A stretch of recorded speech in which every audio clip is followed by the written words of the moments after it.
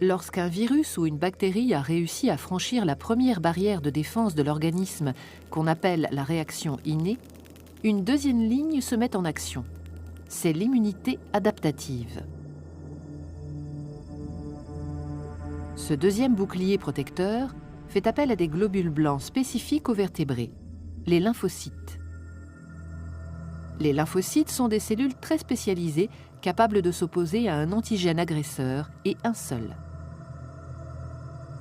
Il y a en principe dans notre corps autant de types de lymphocytes que de types d'antigènes.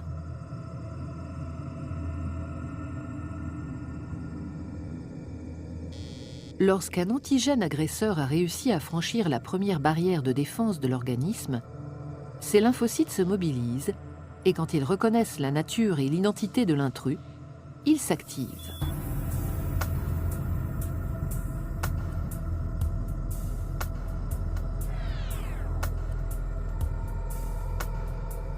Dans le cas de la grippe, par exemple, le virus est dit endocellulaire, ce qui veut dire qu'il exerce son pouvoir infectieux en s'insérant au cœur même de la cellule. Il franchit sa membrane, pénètre à l'intérieur du cytoplasme où il se multiplie avant de se propager dans l'ensemble du corps. La cellule infectée présente alors à la surface de sa membrane des éléments identificateurs de l'antigène agresseur qui l'a contaminé. On les appelle peptides antigéniques.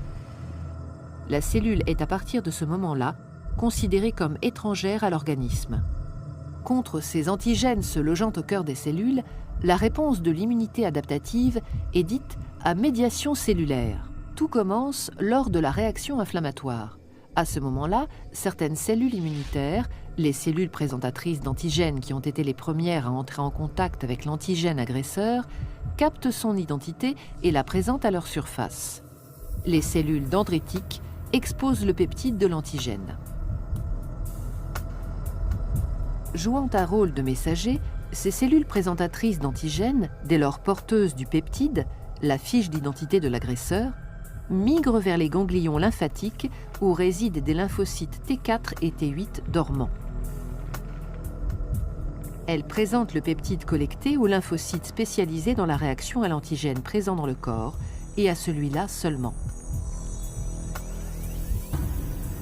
Une fois le message transmis et le dialogue établi, le lymphocyte T4 concerné est activé. Il va devenir une véritable plaque tournante de la réaction qui va suivre. Il commence